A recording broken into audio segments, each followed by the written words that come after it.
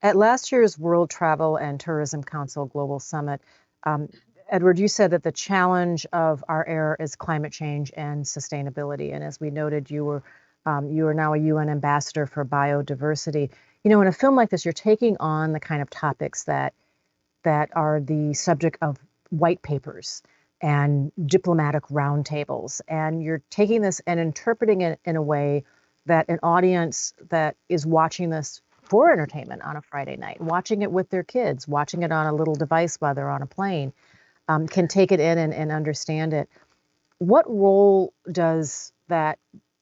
How does your role as a biodiversity ambassador mesh with your role as an entertainer, as an actor in Hollywood? Is it a challenge to bridge those two things, or does it enrich what you do in some ways and give you a second sight?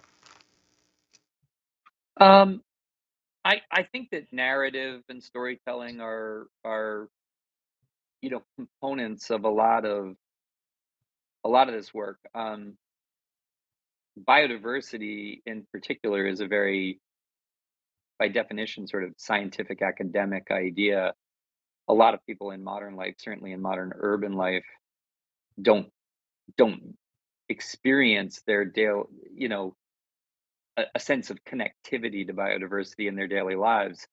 Um, and I think in the first 100 years of environmental advocacy, biodiversity concerns were expressed as like elephant extinction or lion extinction, the World Wildlife Fund's panda, kind of iconic macrofauna species, and the idea that there would be a spiritual sort of intrinsic loss if we lost those species. I think that in the 21st century, we've got to understand biodiversity in a more sophisticated way. We've got to understand biodiversity as um, intrinsically intertwined with our entire global economy.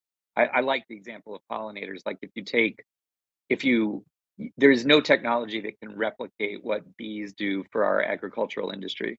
With $1 trillion, you couldn't replicate what pollinators do, and and the impacts to not just what you would see on the grocery store shelves, but literally the viability of our agricultural system if we lose, if we experience ongoing collapse of pollinators is really catastrophic. So I think um, whether as a narrative, dramatic storyteller, or within the context of trying to help talk about biodiversity in ways that illuminate it, I think a lot of it is just narrative.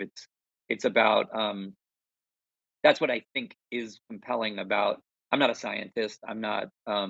I've got a long-standing immersion in environmental issues, but I think sometimes these complicated issues need people to articulate them in accessible ways. You need to draw mental pictures for people. You need to create create lines of create consciousness of the lines that connect you to these academic ideas, and a lot of that's just about framing it in a narrative sense.